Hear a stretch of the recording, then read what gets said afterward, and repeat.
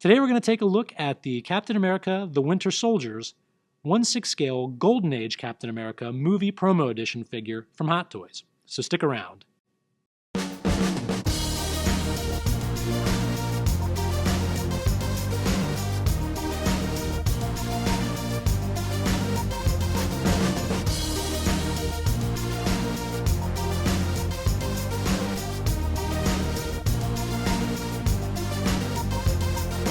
Hey, welcome back to the Waste-Time Continuum. I'm your host, Chris. Now, Captain America is one of my favorite comic book characters of all time.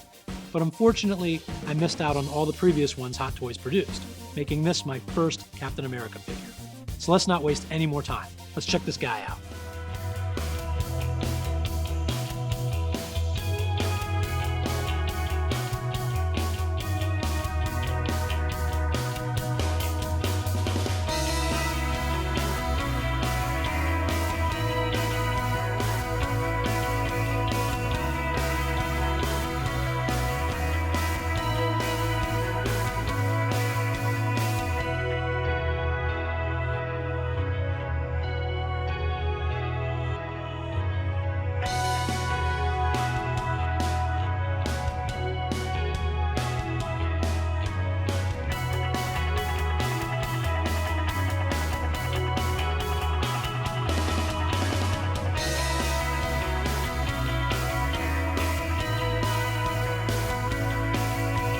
The head sculptors on Golden Age Cap are So-Young Lee and Young Kyung Kim.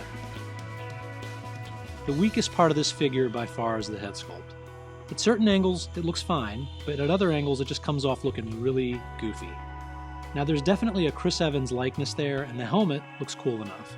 I think it just comes down to the fact that his head might be just a hair too small, and he's got that doofus expression on his face. I really dig his belt, gloves, and boots. For being made of plastic, they have a very authentic, leathery look about them that's quite convincing. The head paint on Golden Age Cap was done by J.C. Hong, and even though the sculpt isn't that great, the paint job is as good as any other Hot Toys figure. The face is quite realistic, and the helmet has a bunch of scrapes and scuffs from years of war. You can really see the faint red in his leather boots, belt, and gloves. It really appears as though it was once bright red and has become faded over time. The paint job on his shield looks great. It's clean enough to maintain its iconic look while having just the right amount of wear to give it the realism it needs.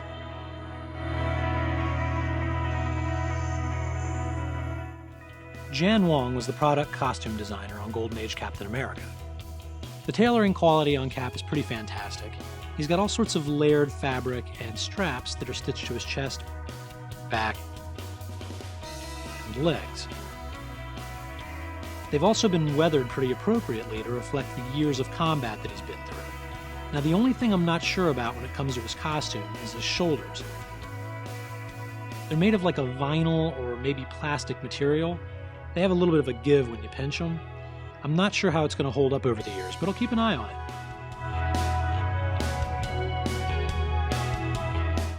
The articulation is very well hidden on Captain America. He's got 30 points of articulation, and nearly every one of them are hidden underneath his uniform. His head has a very wide range of motion, with a pivot at the bottom of his head and a ball and socket at the base of his neck. The tailoring and articulation appear to work in tandem when it comes to his shoulders, providing him with a greater range of motion than you might think. His shoulders pivot forward and backward. His arms can tilt to a full 90 degrees and rotate forward and backward. His arm pivots just below the bicep. There's 2 points of articulation in his elbows. His wrists have the standard articulation. He's got no ab crunch. He pivots slightly at the waist. The tailoring in his pants makes them very tight, which restricts the range of motion in his hips. He has a pivot point at the top of his thigh. His knees have 2 points of articulation.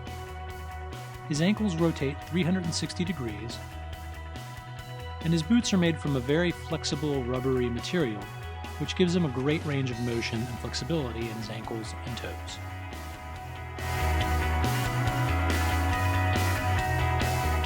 Golden Age cap comes with very little in the way of accessories, but in all fairness, you do get everything you need to recreate any scene from the film where he's wearing this costume.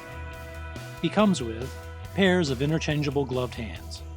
You get one pair of relaxed palms, one pair of open palms, one pair of fists, one pair of hands for holding his shield, and one right hand with a pointing finger. And Hulk. Smash. You also get his shield. It has some minor battle damage and is made of die-cast metal, giving it some nice weight. It's also got some really cool leather strap detailing on the inside. He also comes with a small black S-hook for hanging his shield on his back. He comes with the standard black crotch grabber display stand with the Winter Soldier movie logo printed on it.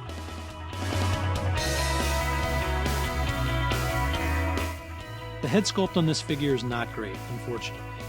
The open mouth makes him look really dopey, and the small, tight helmet gives him kind of a pinhead. Now, that can all be fixed later on when the stealth suit Steve Rogers 2-pack comes out. I'm going to throw the Steve Rogers head from that set on this figure to fix that problem. Something else I'm not too crazy about with this figure is the puffy, pillowy shoulders. They really lack form and definition. Now, Robbie the painter has posted some pictures on the Sideshow Freaks forums where he's removed a foamy material that artificially bulks the shoulders up. Without that, the figure looks 100 times better. So if I have the balls, I might do that mod later on down the road. Other than those two things, I think this is a pretty fantastic looking figure. I'm glad we finally got a Golden Age cap that's got a red stripe down the abs, and the tailoring on the costume is fantastic. I also really dig his shield. I think it looks really cool. With just a little bit of battle damage, it makes it look that much more realistic. So if you missed out on the first Avenger figure, and you can find this guy for a decent price, I highly recommend it. Really, all you need to do is swap the head out, and that's easy. If you're interested in picking up the Golden Age version of Captain America, you're probably going to have to go to the secondary market. Now, I heard that they made a total of 600 of these, 300 for Asia and 300 for the US. Then later on, I heard they were making 300 for Europe as well. Whatever the number they made of these guys, it's pretty low, so I'd prepare myself for paying a lot for this guy. And no, mine's not for sale. Well, that's going to do it for this episode of the Waste-Time Continuum. If you enjoyed this episode, please hit the like button and remember to share it as well.